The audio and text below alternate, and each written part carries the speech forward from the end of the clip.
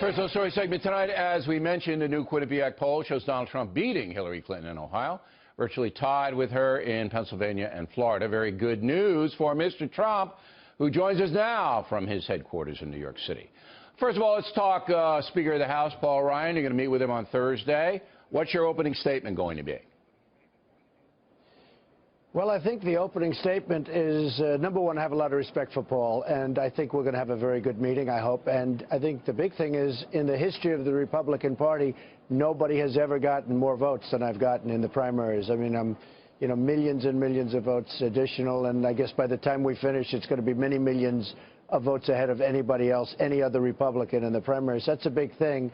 Plus, a lot more people came out to vote this year in the primaries than they did 4 years ago or at any other time. So I think that's a great sign, and, we're doing very well in the polls. Okay, but he knows all that, so you're not going to go in and tell him stuff he knows. What are you going to tell him about unifying the party? No, I might repeat it nevertheless, because it's an important thing. And I would like to see unity in the party. I believe we'll have great unity in the party. Many people have come out and endorsed and been really strong. Rick Perry came out today, and many others, and they really gave their support in a very strong fashion. Okay, but not Ryan. Ryan's holding back. He's a very good man. He wants what's good for the party, and I think we're going to have very positive results. And I'd love, frankly, for him to stay and be chairman. So you think, and I know you have to say this, that he's going to fall into line, endorse you, he'll be at the convention, and everything will be fine. That's the likely scenario? Fall into line.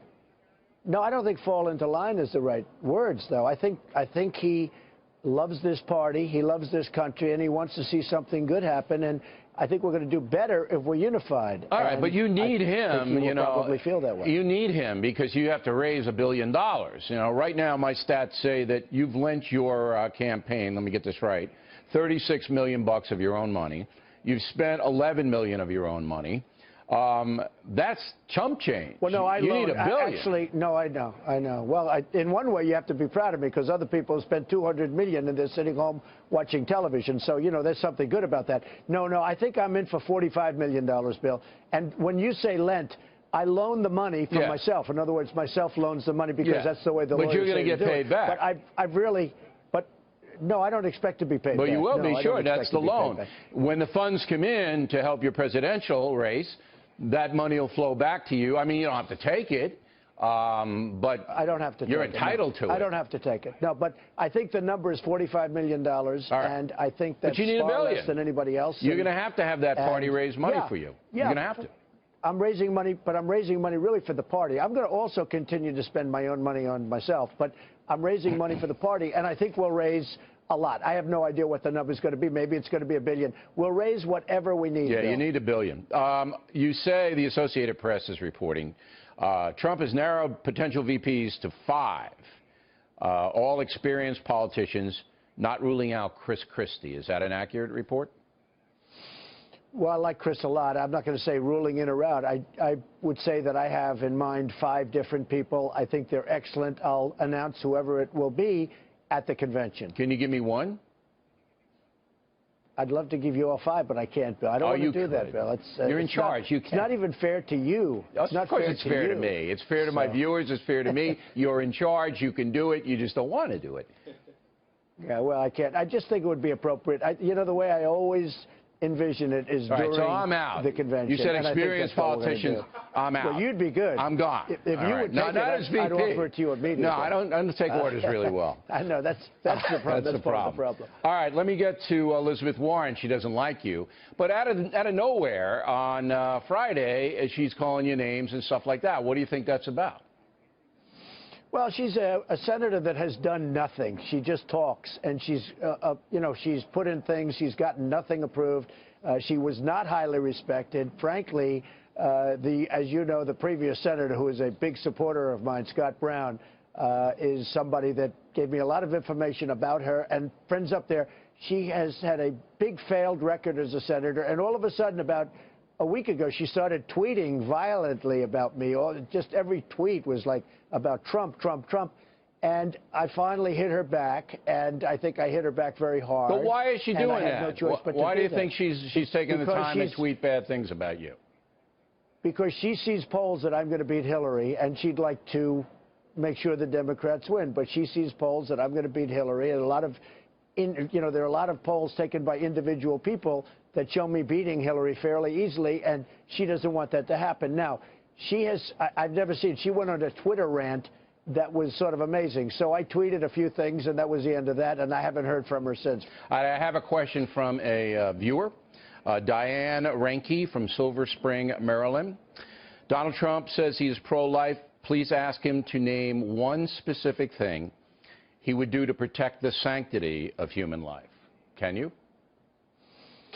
Well, I think that what we're doing, and I think it's a very important element in what I've done, I've become pro-life. I was, in a meek fashion, pro-choice, but I've become pro-life. And the reason is I've seen, in my case, one specific situation, but numerous situations that have made me to go that way. I will protect it, and the biggest way you can protect it is through the Supreme Court and putting people on the court. I mean, actually, the biggest way you can protect it, I guess, is by electing me president. All right, so you're going to get a judge who would overturn Roe v. Wade. That's the specific thing that you would do?